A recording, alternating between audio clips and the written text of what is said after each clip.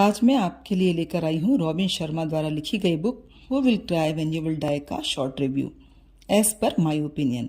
इस बुक को मैंने जाने कितनी बार पढ़ा है और जब भी मन करता है इसे उठाकर पढ़ती हूँ। इसे हम एक बहुत रियलिस्टिक, मोटिवेशनल और थॉट प्रोवोकिंग बुक कह सकते हैं।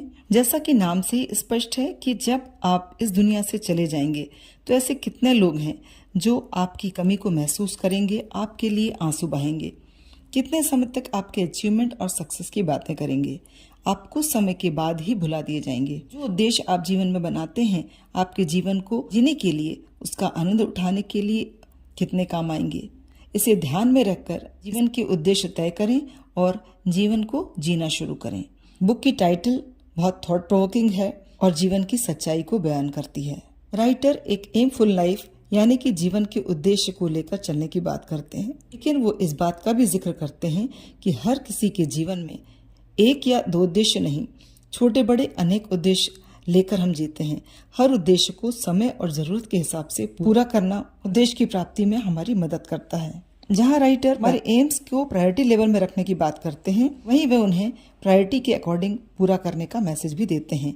क्योंकि यदि हम स्टूडेंट हैं, हमारे जीवन का उद्देश्य हो सकता है कि अच्छे नंबर स्कोर करना है, लेकिन यदि हम बीमार हैं तो हमारी प्रायोरिटी हो जाती है हमारी हेल्थ को पहले सुधारना। तो हमारी पहली प्राथमिकता क्या है? यदि हम ढेर सारे उद्देश्य एक साथ लेकर चलेंगे, ना ही हम उन्हें समय पर पूरा कर सकेंगे और ना ही हमें किसी तरह का बेनिफिट दे पाएंगे। सेल्फ ऑनेस्टी भी बहुत जरूरी है। यदि मान लीजिए यदि आपकी हेल्थ अनफिट हो रही है और आप एक एम बनाते हैं अपनी हेल्थ फिट करने के लिए, आप डेली एक्सरसाइज, योगा और अपनी डाइट प्लान बनाते हैं, लेकिन आप बार बार उस नियम को तोड़ देते हैं, इसका मतलब आप सेल्फ ऑनेस्ट नहीं हैं और ये बातें आपको जल्द ही आपके लक्ष्य से दूर कर देती हैं। जीवन में लक्ष्य बनाने से पहले खुद की एबिलिटीज को जानना जरूरी है कि क्या आपके पास वो कैपेबिलिटीज हैं, क्योंकि केवल हार्ड वर्क से ही हम लक्ष्य नहीं पा सकते। उसके लिए लक्ष्य के प्रति आपका पैशन, आपकी इंटेलिजेंस और स्किल भी जरूरी होती है। यह सोचकर ही जीवन में लक्ष्य निर्धारित करें। यह बुक रीडर्स को असफल होने को एक अवसर की तरह देखने को कहती है, क्योंकि आपके आगे आने वाले रास्ते के लिए आपकी असफलता ही आपको तैयार करती है।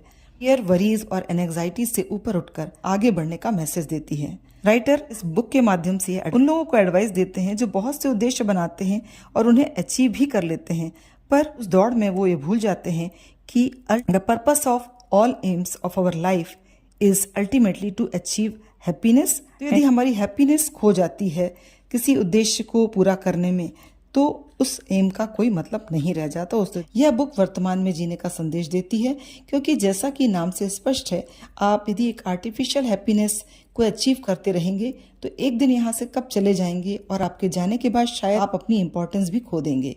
तो रियल लाइफ टारगेट को हमेशा याद रखें, जो कि है आपका सेटिस्फैक्शन और आपकी हैप्पीनेस।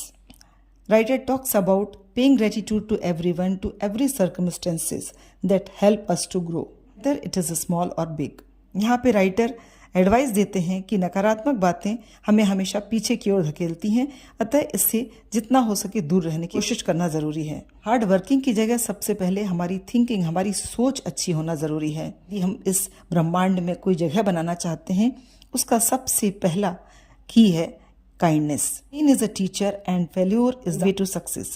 फेल्योर के बिना असफलता के हम कभी आगे नहीं बढ़ सकते। ये वो टीचर हैं जो कि हमारा आगे का रास्ता बनाते हैं, क्योंकि इस प्लेनेट में हम बहुत शॉर्ट समय के लिए आए हैं, तो अपनी हैप्पीनेस को जीवन में हमेशा बरकरार रखें।